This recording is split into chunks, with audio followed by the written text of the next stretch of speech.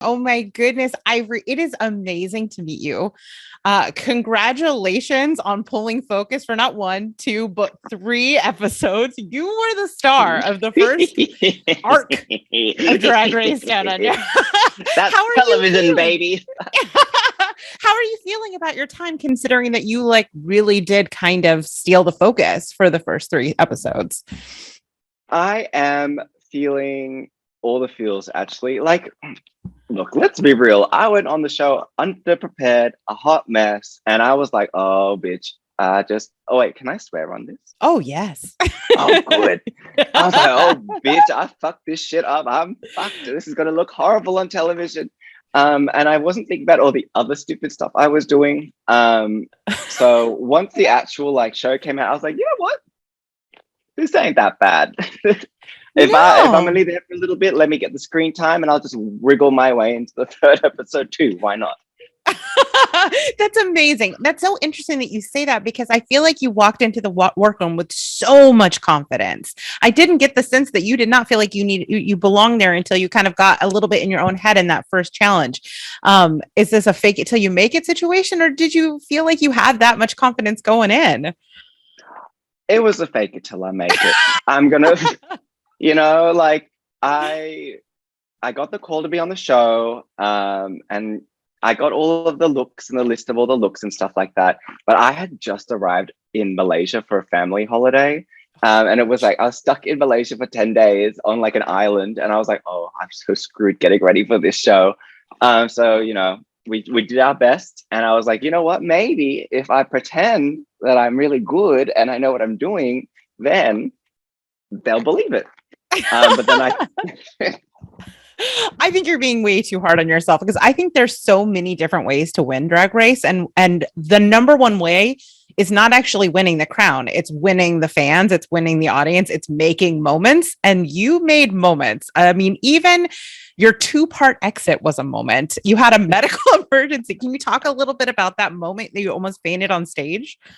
definitely. So it was, to be honest, yeah, I've never fainted before. So it was pretty scary. Yeah. I'm standing there, I'm in this like ugly gown, my boobs are wonky, I'm looking pregnant, and I'm like, oh my God, again, again. And I'm not gonna lie, I don't know what sort of delusion level I was on at that point, but I thought I was gonna be safe.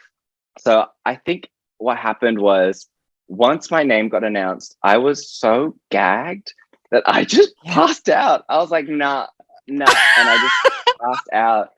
And you can see a little bit on the show where I stumble forward and I was like Yeah. slightly conscious then. And I was like, oh my God, I'm going to fall off the stage. And so I like pushed myself backwards.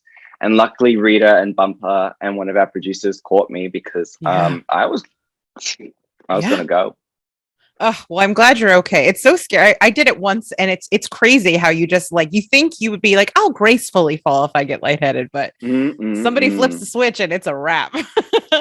Yep. So how did you feel once you kind of recovered a little bit and Rue decided, like, okay, let's go ahead and save this for tomorrow? Did you have a plan for if she had not done that? And I guess how did you feel when she did? I thought this is kind of camp. That was my first thought, to be honest. Like I was like, this is kind of camp. Like this is fun. But honestly, I was actually ready to lip sync. Well, ready to lip sync. Like Mhm. mentally, I was like, okay, it's time. I've got to go lip sync. And I put my little heel straps on to be safe, to give me extra like security. And I was ready to go and lip sync. And I'm so glad that I got a little extra time on the show. Mhm. And like Rue said, for everyone's safety, because you have to think of it not only from like my perspective. I just went through all that, but also poor Rita. How can she give like a good lip sync like when her friend has literally just passed out? Like then she'd have to hold Yeah. back, and it wouldn't be very fun. So I'm Yeah. very glad that it worked this way.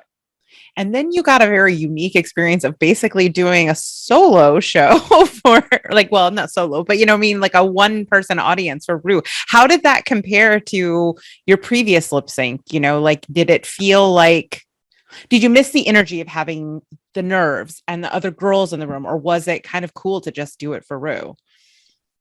Um, well, the nerves were still there. I was like still nervous. It's still very scary lip syncing for your life. But what I did miss is like, when you're performing you can hear the girls at the back scream for you, and they'll scream for the other person as well. But it's nice to have the energy of the other people around. And when you aren't a backflipping, stunting, dancing diva from Texas, you have to do, well, you don't have to, but I like to go a campy route when I perform. And so when there's only one person, it's a bit more like, oh, maybe this didn't quite land like I thought it was going to land. And then so it's a bit funny. Yeah, I know what you mean. Like when you're trying to like tell jokes and like the other people can't laugh and you're like, was it funny? I don't know. Yeah, I don't know. Rue's very, very like this watching. Okay, so I'm going to miss how shady you were in the room. You brought some of the best shade that I've seen on Drag Race in a while, and I live for a shady queen. So I'm curious for you, is that room as shady as it seems this season? And if so, who was the shadiest of them all? Well, actually, we thought we were getting along too well. So I was very surprised that it turned out, and I was like, these bitches were being really shady. And I don't know, I was having fun. Like in Australia, we like to be shady, we like to be mean, we like to be rude, and that's how you show affection to someone. And so I thought it was fun. I was like, yeah, like that's how I talk to my girls back home. Why can't I talk to you guys like that? I think the shadiest one is definitely still Ashley. That bitch is shady as all hell. And I gotta stop putting my fingers on screen because I do not have nails on. But, oh, I love it. I love it. Of course, Snatch Game is one of the favorite challenges of them all. Did you have somebody in mind that you were going to play?